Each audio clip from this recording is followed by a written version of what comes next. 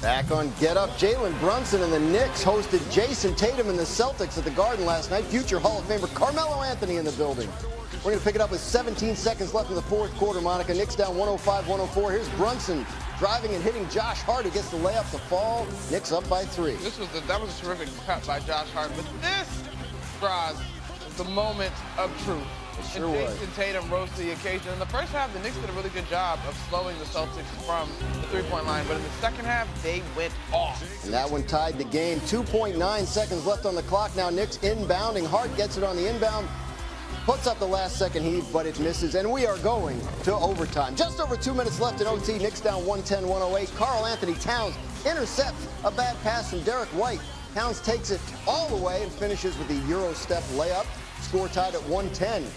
Under a minute left in OT, now score tied at 112. White kicks it out to Kristaps Porzingis, who buries the deep three. Celtics up 115-112. 16.7 left to play, same score. Knicks inbounding. Brunson to Towns. Towns throws to Mikal Bridges in the corner, but he fumbles it out of bounds. Monica, what happened here? I don't know. Beats me. Step one of basketball, one-on-one, when you learn as a player, is catch the ball.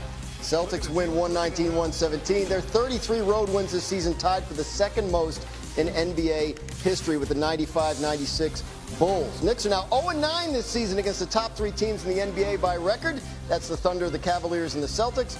Only the Wizards and the Nets have a worse record against those 3 opponents this season, and the Wizards and the Nets are not going to the playoffs, Monica. Monica, after last night's loss, do you think Knicks fans should be discouraged or encouraged by what they saw last night? I'm going to choose the glass half full. I think you go optimistic. That, to me, was the best performance, 48-plus, the overtime period, that you've seen in these matchups from this Knicks squad. They've had an issue with being able to put together complete games as far as playing out the duration of the game, and they did that last night.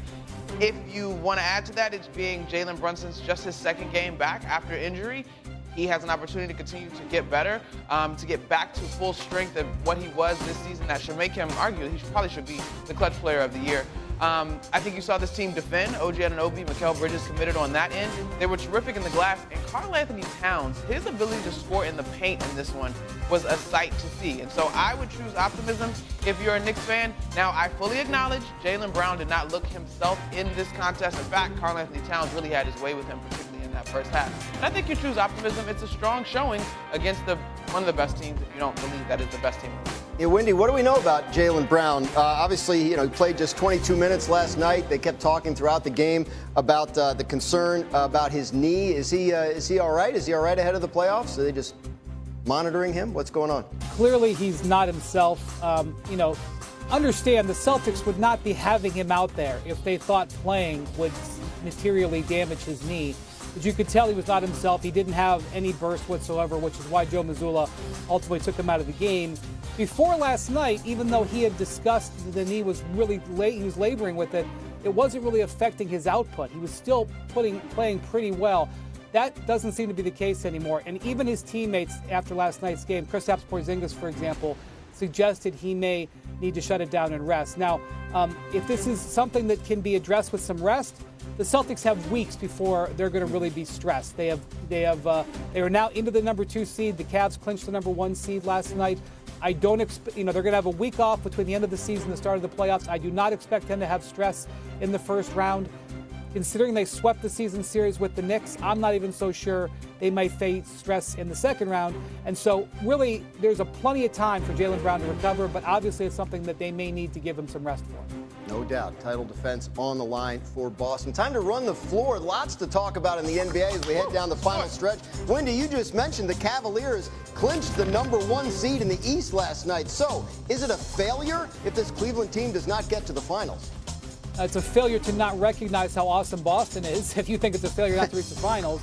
The Cavs have had a spectacular season, and I think the step to try to beat Boston starts with getting home court, which is what they've been able to secure. And if they're able to take care of business, and by the way, I'm not handing them 8 wins in the playoffs. They're going to have potentially a very challenging second-round series against maybe Milwaukee or Indiana.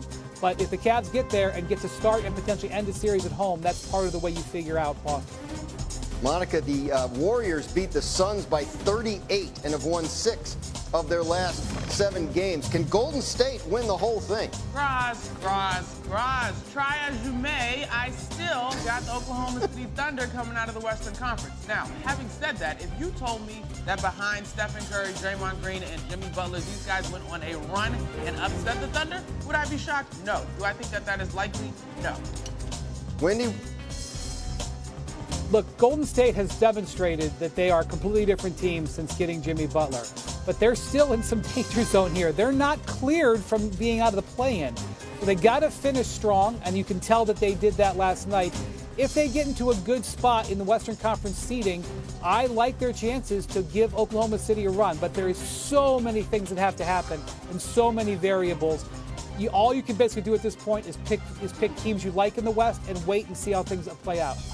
All right, there's a team you like in the West, which is the Clippers. You've been talking about all week. They are red hot. They've won 5 games in a row. Are people still sleeping on the LA Clippers?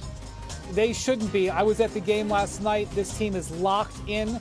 They gave Kawhi Leonard the night off last night so he can be ready to go against Houston tonight. They are in the same situation. They are in this logjam in the West. They need to win these games. But they, after weeks of playing well and not being able to get out of the 7-8 spot, have zoomed up, and they are in great position in the tiebreaker. They're de facto the 4 seed right now. I know that it looks like the Nuggets are the 4 seed, or actually the 5, but the Clippers are in command of that tiebreaker. So if they can finish strong, they can get home court. This is a team that defends, and Kawhi Leonard has scored 20-plus points in 12 straight games. They are quietly confident, but they know in LA that they've had bad things happen to them in the past. They are just hoping to stay healthy, but they like the position that they're in. What do you think of the Clippers? I agree. Let's see, the West Coast trip, the Knicks were on the West Coast the start of March, and they had to play the Clippers. I think they played them in LA, and then the Clippers came here. And I remember thinking, oh, wow, like this team, I think the storyline on the Clippers all season was sort of the injuries. Quietly, James Harden was putting together a terrific year to keep them afloat. But now that they're healthy and they've gotten their pieces back, I mean, yes, Kawhi Leonard is obviously the name in the marquee when it comes to the Clippers, but James Harden has had a great season. And the way that they've been able to play through Zubats, to me, like they've got size, they've got wing scoring, and they've got a defense. One of these years, I guess, but I guess they've been saying that about the Clippers for a while. Yeah, fair enough. Yeah, all right, well, we'll see. The push for playoff positioning is on with less than a week left in the regular season. Our ESPN NBA Wednesday doubleheader features Luka's return to Dallas at 7:30 Eastern. Then Nikola Jokic and the Nuggets take on DeMar DeRozan and our coverage tips with NBA Countdown at 7 Eastern. Comeback of the night in the NBA. Anthony Edwards and the Timberwolves hit the road to take on Giannis Antetokounmpo and the Bucks. And the Bucks trailed by as many as 24 points early in the fourth quarter. I'll say that again. 24 points, Monica, in the fourth quarter. I heard you. Under 9 to go, down by 16. There's Giannis with the dunk. Then Giannis with the 3. Bucks down by 11 now. Suing Timberwolves possession, same score. DiVincenzo turns it over.